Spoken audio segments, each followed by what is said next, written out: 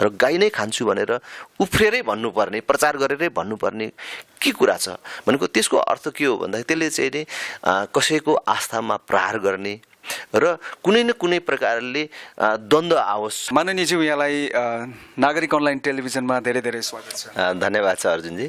यहाँको पार्टीले उठाइरहेको कुराहरू हिन्दू राष्ट्रको एउटा जुन पुनर्स्थापनाको कुराहरू छ होइन, त्यतातिर मुलुक जनसमुदाय गइरहेको जस्तो महसुस गर्नुभयो कि? राष्ट्रिय प्रजातन्त्र पार्टीले उठाइराखेको सनातन हिन्दू राष्ट्रको मुद्दा, राजासहितको प्रजातन्त्र र सङ्घीयता होइन बलियो स्थानीय तह जस्ता जो मुद्दाहरू छ यसका बारेमा अब केही स्पष्ट पार्न पर्ने जरुरी पनि छ, केही भ्रमहरू पनि छ र त्यसमध्येमा म तपाईँको यो लोकप्रिय सञ्चार माध्यम मार्फत के जानकारी गराउन चाहन्छु भने हामीले अहिले उठाइराखेको सनातन हिन्दू राष्ट्रको मुद्दा यो सबै यो देशका जति पनि बासिन्दा छन् सबैले हिन्दू धर्म मान्नुपर्दछ भन्ने कुरा होइन र यो केवल धार्मिक कुरा मात्र होइन, नेपाली जनताको एकता र पहिचानसँग गाँसिएको विषय हो, यो आइडेन्टिटीसँग गाँसिएको विषय हो, राष्ट्रिय पहिचानसँग गाँसिएको विषय हो।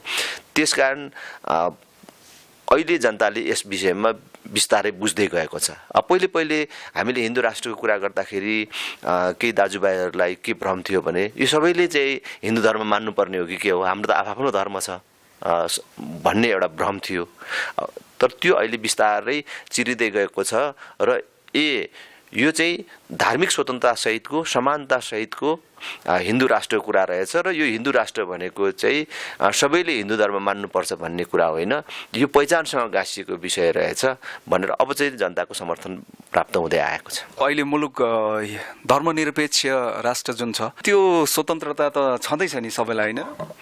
अनि धर्मनिरपेक्षतामा पनि धार्मिक स्वतन्त्रता त छँदैछ, तर हामीले के भनेको भने धार्मिक स्वतन्त्रतालाई कायम राख्दै नेपाललाई चिनाउने, नेपालको पहिचानको रूपमा चाहिँ सनातन हिन्दू राष्ट्र हुनुपर्दछ भनेर हामीले भनेको र फेरि पनि मैले दोहोऱ्याएर भन्छु त्यसको अर्थ सबैले हिन्दू धर्म मान्नुपर्छ भन्ने होइन। म आफै किरात धर्म मान्ने मानिस हुँ। मेरो अहिले पनि तपाईँले घरमा गएर हेर्नुभयो भने किरात धर्म अनुसार चाहिँ वर्षमा एकचोटि पूजा आराधना गर्छु, किरात विधि अनुसार मेरो चाहिँ संस्कार गर्छु, मेरो धर्मको महलमा किरात धर्मै लेखेको छु र अरू पनि किरात धर्मीहरूलाई अथवा चाहिँ हाम्रो जातिका मानिसहरूलाई आफ्नो धर्मको महलमा किरात धर्म लेख्न चाहिँ प्रेरित गर्छु। र अहिले हामीले हिन्दू राष्ट्र हुँदाखेरि हामीले आफूलाई असुरक्षित हुनुपर्ने अथवा असुरक्षित महसुस गर्नुपर्ने अथवा चाहिँ हाम्रो अरू स्थानीय धर्महरू को विरुद्धको कदमको रूपमा यसलाई बुझ्नुपर्ने र अरूलाई प्रतिबन्ध लगाउने, अरूलाई निषेध गर्ने अभियानको रूपमा यसलाई बुझ्नुपर्ने जरुरी छैन। देश हुनको लागि भूगोलले मात्रै हुँदैन, मैले अरू ठाउँ पनि भन्दै गएको छु, माटोले मात्रै भूगोलले मात्रै देश बन्दैन रहेछ भन्ने कुरा हाम्रो छिमेकमा पनि देखिएको छ। 1975सम्म हाम्रै छिमेकमा सिक्किम भन्ने देश थियो। आज पनि सिक्किम भन्ने ठाउँ पनि छ, नाम पनि छ, त्यहाँको भूगोल कसैले बोकेर लगेको छैन, तर सिक्किम भन्ने देश छैन। त्यसकारण देश बन्नको लागि केही अरू आधारभूत कुराहरू पनि चाहिने रहेछ। त्यो चाहे सांस्कृतिक पहिचान, अरू जातीय पहिचान, विभिन्न पहिचानहरू को आवश्यकता पर्दछ।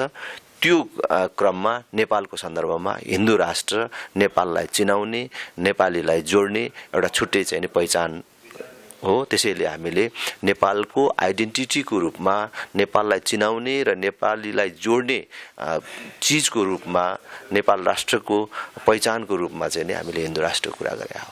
राजतन्त्र जुन पुनर्स्थापनाका कुराहरू पनि हजुरहरूको पार्टीले उठाइरहेको अवस्था छ। जनताको छोराछोरी अहिले राष्ट्रपति हुन सक्ने अवस्था बनेको छ।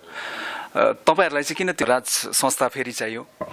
यो हामीलाई चाहिने भन्दा पनि नेपालको जुन भू राजनीतिक स्थिति छ, नेपाल जस्तो देशको लागि चुनावभन्दा माथिको, भोट नचाहिने पार्टीभन्दा माथिको हामी सबैलाई जोड्ने एकताको प्रतीकको रूपमा राज संस्था आवश्यक छ भन्ने हाम्रो मान्यता हो कि राजासँग कुनै विशेष सम्बन्ध भएर राजा आएपछि हामी फेरि कुनै चाहिँ पद र शक्ति प्राप्त गरौँला भन्ने सोचका साथ भन्ने भन्दा पनि हाम्रो विश्लेषण के हो भने हाम्रो जस्तो देशको लागि पार्टीभन्दा माथि उठेको एउटा संस्थाको रूपमा राज संस्था चाहिन्छ भन्ने हाम्रो मान्यता हो र हामीले यो कुरा पनि बुझ्न जरुरी छ कि राप्रपाले अहिले भनिराखेको राज संस्था हिजोको जस्तो राज संस्था होइन, सहमतिको र अहिलेको राष्ट्रपतिको ठाउँमा रहने एउटा एकताको प्रतीकको रूपमा मात्रै हो त्यो राज संस्था कि त्यो दैनिक शासन सञ्चालन गर्ने,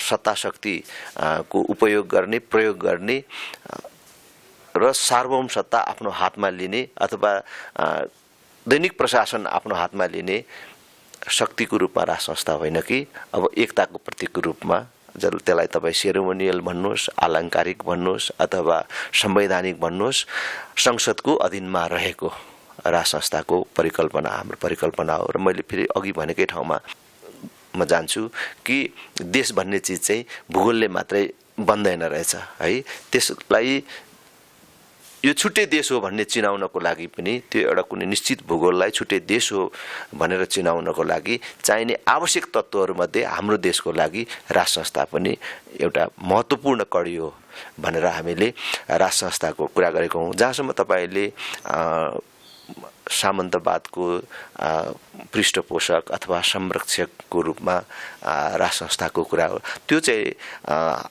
हामीले त्यस बेलाको राज संस्थाको कल्पना गरेको पनि होइन। र अहिले फेरि एउटा कुरा पनि म तपाईँलाई अनुरोध गर्न चाहन्छु कि हामीले राज संस्थालाई जुन रूपमा व्याख्या र विश्लेषण गऱ्यौँ त्यस बेला र राज संस्था चाहिँ अहिले विस्थापित गरियो जुनसुकै ढङ्गबाट जुनसुकै प्रक्रियाबाट भए पनि त्यसपछि के साँच्चै नै अहिले नेपाली जनता सुखी भएका छन्, सम्पन्न भएको छ र त्यो अहिले एउटा राज संस्थाको अन्त्य गरेर कैयौँ अरू चाहिँ त्यस प्रकारका संस्थाहरूको जन्म अथवा त्यस्तो व्यक्तिहरूको जन्म भयो कि हामीले चाहिँ एकचोटि चाहिँ सोच्ने बेला भएको छ।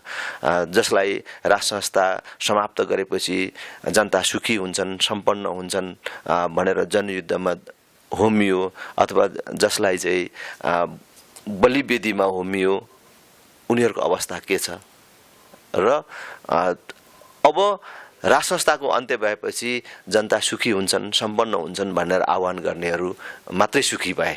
अब यसको पनि चाहिँ हामीले लेखाजोखा गर्नुपर्ने दिन आएको छ। राज संस्थालाई पुनर्स्थापित गर्ने सवालमा जस्तो सेरोमोनियल अर्थात् आलङ्कारिक जुनै हिसाबले पनि गर्दाखेरि जो पूर्व राजा ज्ञानेन्द्र हुनुपर्छ भन्ने हो कि तपाईँहरूको कस्तो हो? हामीले चाहिँ अहिले के भनेको छौँ भने अहिले यो जुन राष्ट्रिय स्वाभिमान यात्रा सञ्चालन गऱ्यौँ त्योभन्दा अगाडि नेपाल सरकारलाई 22 बुँदे मागपत्र सहितको ज्ञापन पत्र बुझाएका छौँ र त्यसमा पनि भनेको छौँ राजादेखि सबै राजनैतिक शक्तिहरू हटाउने गरेको नेपाली संस्करणको मौलिक राजनीतिक प्रणाली निर्माण गर्नको लागि एउटा गोलमेज सम्मेलनको आयोजना गरियोस् भनेर हामीले भनेको छौँ। भनेको कस्तो प्रकारको राज संस्था हुने र त्यसमा को हुने भन्ने कुरा सबैको सहमतिको आधारमा र राज संस्थाको भूमिका कस्तो हुने भने राज संस्थाको पनि भूमिका हुनु पर्यो, तर कस प्रकारको हुने र त्यो राज संस्थाको उत्तराधिकारी को हुने भन्ने सम्मको व्यवस्था सबै राजनीतिक शक्तिहरू बसेर टुङ्गो लगाउँ भनेर हामीले भनेका छौँ। तर हामीले खालि के मात्रै भने नेपालको सन्दर्भमा राज संस्थाको आवश्यकता छ। हजुर, यही राज संस्थाकै विषयमा कुराकानी गर्ने सवालमा एउटा प्रसङ्ग यहाँ जोड्न चाहन्छु। भर्खरै मात्र हामीले एकजना जनजातिवादी नेता आङ्काजी शेर्पाज्यूसँग अन्तर्वार्ता गरेका थियौँ र त्यसमा चाहिँ उहाँले के भन्नुभएको थियो भने पृथ्वीनारायण शाह राष्ट्र निर्माता भनेर भन्छौँ हामी, उहाँले चाहिँ युद्ध अपराधी हो होइन, उहाँलाई चाहिँ युद्ध अपराधी घोषित गर्नुपर्छ, जनहत्यारा हो भन्नुहुन्थ्यो उहाँले। यो कुरामा तपाईँको विचार के छ? होइन, मेरो त यहाँ तपाईँको क्यामेराले लिन्छै लिँदैन होइन। पृथ्वीनारायण शाहलाई राष्ट्रिय एकताको प्रतीकको रूपमा होइन अथवा चाहिँ नि राष्ट्र निर्माताको रूपमा मानेको मानिस हौँ र हाम्रो पार्टीले पनि बडा महाराज धिराज पृथ्वीनारायण शाहलाई आदर्श पुरुषको रूपमा चाहिँ ग्रहण गरेको छ। पृथ्वीनारायण शाह नभएको भए आज नेपाल हुँदैन थियो, नेपाल नभएको भए हामी चाहिँ नेपाली भनेर चाहिँ रहँदैन थियौँ। त्यसकारण पृथ्वीनारायण शाहप्रतिको जुन यो युद्ध सरदार भन्ने उ छ त्यो पूर्वाग्रहयुक्त छ कि पृथ्वीनारायण शाह नभएको भए के हुन्थ्यो त, हामी के हुन्थ्यौँ त। जस्तै अहिले नेपाल नबनेको भए अब हाम्रै सन्दर्भमा गएर भन्यो भने लिम्बुवान छुट्टै देश रहिरहेको थियो त, होइन होइन हामी कोही राजा भइरहेको थियौँ त, कि हामी कतैको उपनिवेशभित्र हुन्थ्यौँ, होइन। त्यस कारणले त्यो इतिहासको जुन गलत व्याख्या गरिएको छ त्यो भ्रमपूर्ण छ। पृथ्वीनारायण शाह थिएर नै नेपाल छ र हामी नेपाली छौँ। यसमा चाहिँ हामीले कुनै विवाद गरिराख्नु जरुरी छ। फेरि यहाँकै पार्टीले उठाइरहेको एउटा प्रसङ्गमा जाउँ, जस्तो सङ्घीयताको पनि तपाईँहरू विरोधी होइन? सङ्घीयताको सन्दर्भमा चाहिँ हामीले के भनेका छौँ भने हामी आधारभूत रूपमा त सङ्घीयता आवश्यक छैन भन्ने नै हो हाम्रो भनाइ।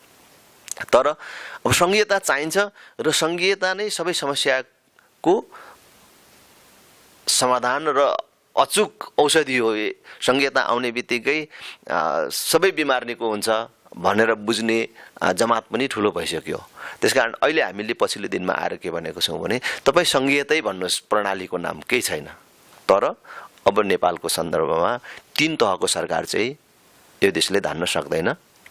त्यसैले केन्द्रमा एउटा बलियो सरकार र स्थानीय तहमा अहिलेको भन्दा पनि बलियो र अधिकार सम्पन्न र व्यापक क्षेत्र भएको स्थानीय तह, 2 तहको मात्रै सरकार भएको शासन प्रणाली देशमा चाहिँ निर्माण गरौँ भन्ने हाम्रो धारणा छ र यो 3 तहको सङ्घीयता देशले धान्न सक्दैन भन्ने हाम्रो निष्कर्ष छ। सङ्घीयताको पनि तपाईँहरू अलिकति विरोधी नै हुनुभयो।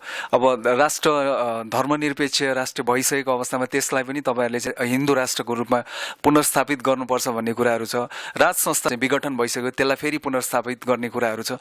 यी सबै कुराहरू आजको मितिमा यहाँहरूले जुन उठाइराख्नु भएको छ, जबकि अहिले मुलुकले चाहिँ त्यो कुराहरूलाई चाहिँ नागेर अर्कै दिशातर्फ गइसकेको अवस्थामा फेरि त्यो कुराहरूलाई पुरानै बिन्दुमा फर्काउनको लागि सम्भव होला त? एउटा कुरा चाहिँ फेरि पनि प्रश्न पार्छु र तपाईँलाई पनि प्रश्न पार्छु र हाम्रो यो संवाद सुनिराख्नुभएका हाम्रा श्रोताहरूलाई पनि स्पष्ट पार्न चाहन्छु कि हामीले सङ्घीयता, गणतन्त्र, धर्मनिरपेक्षतामा जुन फरक मत राखेको छौँ त्यसको अर्थ पुरानै व्यवस्था, पुरानै प्रणालीमा फर्किनु पर्दछ भन्ने हाम्रो मान्यता होइन। देश चाहिँ नि अगाडि गइसक्यो। तर के हो भने अहिले जुन प्रकारले सङ्घीयता, गणतन्त्र, धर्मनिरपेक्षताको नाममा देश अगाडि हिँड्ने चाहिँ बाटो र प्रणाली चाहिँ अख्तियार गरिएको छ त्यो पूर्ण छैन र त्यसले सबैलाई सँगै लिएर जान सक्दैन र त्यो मार्गचित्र ठिक छैन र त्यसमा सुधार गर्नुपर्ने के कुराहरू छन् र सुधार गर्नुपर्छ र त्यसमा सबैलाई अटाएर जानुपर्दछ भन्ने हाम्रो कुरा हो कि हामी पुरानै व्यवस्थामा फर्किनुपर्छ भन्ने कुरा होइन। अहिलेको सङ्घीयता, गणतन्त्र, धर्मनिरपेक्षता भनेको पनि चाहिँ नि सार्वभौम कुराहरू होइनन् र यिनीहरू पनि चाहिँ नि अहिलेको व्यवस्था र अवस्था मात्रै हुन्। तर अहिलेको जुन व्यवस्था र अवस्था छ त्यो पूर्ण छैन भन्ने कुरा हो र त्यसले हाम्रो सबै समस्याको समाधान गर्दैन र सबैलाई सम्बोधन गर्दैन। सबैलाई सम्बोधन गर्ने, सबैलाई अटाउने व्यवस्था निर्माण हुनुपर्दछ भन्ने हाम्रो कुरा हो। यहाँको एउटा चर्चित अभिव्यक्ति पनि आएको थियो, यो जो गाई खानेहरूलाई किन उनीहरूले चाहिँ गाई खानेहरूले कुकुर काटेर खाँदैनन् भनेर भन्नुभएको थियो। केही समुदायहरूले चाहिँ गाईको मासु खानुहुन्छ होइन, त्यो कुरामा चाहिँ अर्जुन म तपाईँको यो त्यसको चाहिँ अलिकति गलत व्याख्या भयो। अब यो न्युज गर्दाखेरि पूर्ण रूपमा आएन पनि होइन, अनि मान्छे फेरि हेर्दाखेरि पनि त्यो हेडिङ हेरिदिने होइन, अनि त्यसैबाट धारणा बनाउने चलन छ, भित्र चाहिँ कन्टेन्टमा नपसेर। मैले के भनेको भने जस्तै कसैले गाई खान्छ होला, कसैले चाहिँ सुँगुर खान्छ होला, कसैले कुन खान्छ होला, तर नेपालको सन्दर्भमा राष्ट्रिय जनावर भनेर संविधानले गाईलाई चाहिँ व्यवस्थित गर्छ र गाईलाई आमा मान्ने मानिसहरूको सङ्ख्या पनि ठुलो छ भने गाई खानेले म गाई खान्छु खान्छु भनेर किन प्रचार गरेर भन्नुपर्ने र किन भन्छ होइन, किन भन्छ त्यो पाखुरा सुर्केरै भन्नुपर्ने किन होइन। जसरी गाई खान्छु भनेर भन्छ मान्छेले अरू चिज खान्छु, सुँगुर खान्छु होइन अथवा कुकुर खान्छु भनेर किन भन्दैन र गाई नै खान्छु भनेर उफ्रेरै भन्नुपर्ने, प्रचार गरेरै भन्नुपर्ने के कुरा छ भनेको त्यसको अर्थ के हो भन्दाखेरि त्यसले चाहिँ नि कसैको आस्थामा प्रहार गर्ने र कुनै न कुनै प्रकारले द्वन्द्व होस्, त्यसमा प्रतिवाद हुन्छ, प्रतिवाद भएपछि द्वन्द्व हुन्छ भनेर हामीलाई कसैले त्यस्तो कुराको लागि प्रेरित गरिराखेको छ कि हैन, त्यस्तो कुरा किन भनिराख्न जरुरी छ भन्ने सन्दर्भमा मैले भनेको र म अहिले पनि भन्छु, किन हामी चाहिँ कसैले चाहिँ गाई खान्छौँ नै भनेर किन भन्छौँ, गाई खान्छौँ खान पाउनुपर्छ भनेर किन भनिराख्छौँ र अर्को चिज खान पाउनुपर्छ भनेर किन भन्दैनौँ भन्ने सन्दर्भमा मैले भनेको थिएँ। त्यस कारणले मैले भने कसैले चाहिँ आस्था राखेको चिज, मानेको चिज माथि आक्रमण गर्ने र उसलाई उत्तेजित गराउने खालको क्रियाकलाप गर्नु उचित हुँदैन। त्यसले चाहिँ हिंसा, द्वन्द्व निम्त्याउने काम गर्छ र खास गरी धर्मनिरपेक्षतामा प्रेरित गर्नेहरूले, हाम्रो सांस्कृतिक पहिचानहरूमाथि आक्रमण गर्नेहरूले यही कुराहरू खोजिराखेका छ कि हामी एकअर्काको आस्थामाथि, विश्वासमाथि, सांस्कृतिक परम्परामाथि आक्रमण गरौँ, अनास्था फैल्याउँ र द्वन्द्व होस्, अनि फेरि हामीलाई मिलाउने नाममा यहाँ आउँ, यो खोजिराखेको छन्। यसबाट चाहिँ हामी जोगिनुपर्छ। तपाईँ गाई खानेहरूको चाहिँ विरोधी हो कि समर्थक हो त? होइन, कसैले के खान्छसँग विरोधी र समर्थक भन्ने कुरै होइन। यो चाहिँ नि आफ्नो आस्था, आफ्नो प्रचलनका कुराहरू हुन्। तर मेरो प्रचलन छ भन्दैमा तपाईँलाई चाहिँ मैले त्यसमा दबाब दिने अथवा चाहिँ नि कानुन विपरीत कुराहरू चाहिँ नि गर्छु कि गर्छु भनेर भन्ने कुरा चाहिँ निसन्देह पनि राम्रो कुरा होइन। अब अलिकति यहाँको व्यक्तिगत कुरा पनि गरौँ। आज राप्रपाको एउटा प्रभावशाली नेताको रूपमा स्थापित हुनुभएको छ, तर तपाईँको विगत हेर्ने हो भनेदेखि धेरै दुःख पाउनुभयो है यो राप्रपा पार्टीमा लागेर तपाईँले? मैले चाहिँ नि दुःख पाएँ भन्दा पनि अब जान मैले चाहिँ यो बाटो रोजेको हुँ। म भ्रममा, प्रलोभनमा परेर कुनै दिन सांसद हुँला, मन्त्री हुँला भन्ने भन्दा पनि आफूलाई सत्य लागेको, आफ्नो ब्रह्मले मानेको बाटोमा मैले हिँडेको हुँ। कि मैले देख्दाखेरि हुल जता हिँड्यो, हावा जता चल्यो, त्यतै चल्दा हिँड्दाखेरि त सजिलो हुन्थ्यो होला, सायद योभन्दा छिट्टै अगाडि नै सांसद हुन्थ्यो होला, मन्त्री हुने बाटोहरू चाहिँ नि खुल्ला हुन्थ्यो होला। तर जे सत्य देखियो, सत्यको पक्षमा उभिने, निष्ठाको पक्षमा उभिने, दाजुभाइहरूलाई भ्रम बाँड्ने भन्दा पनि सत्यको पक्षमा उभिएर देश र धर्मको पक्षमा उभिने, देश जोगाउने बाटोमा हिँड्ने भनेर मैले चाहिँ अप्ठ्यारो बाटो रोजेको हुँ। त्यस कारणले त्यो क्रममा आइपरेका अप्ठ्याराहरूलाई मैले चाहिँ सामान्य रूपमा ल्याएको छु। भन्नेहरूले त भन्छन् राजेन्द्र लिङ्गदेन मान्छे एकदमै राम्रो हो, उहाँको हरेक कुरामा चाहिँ उहाँ राम्रो हुन्छ, एउटा असल जनप्रतिनिधित्व हो, तर उहाँको पार्टी चाहिँ गलत पर्यो भन्ने कुराहरू धेरै आउँछ आम मानिसको, होइन? यसलाई स्वीकार्नुहुन्छ? मलाई होइन भन्नुहुन्छ कतिले, होइन तिम्रो चाहिँ नि पार्टी भएन, तिमी चाहिँ ठिक हो भने म ठिक हुँ, अब पार्टीकै नेता म हुँ, पार्टी कसरी बेठिक हुन्छ र, है? त्यस कारणले पार्टी पनि ठिकै रहेछ भन्ने कुरा समयक्रममा बुझाउन सक्छु भन्ने मलाई चाहिँ विश्वास लाग्छ। किनभने पार्टीको नेतै म अब मुख्य मान्छेहरूमध्ये पनि म पनि हुँ, होइन? त्यस कारणले त्यो पार्टी पनि ठिक हुन्छ, पार्टी पनि ठिक छ भन्ने कुरा प्रमाणित गर्छु।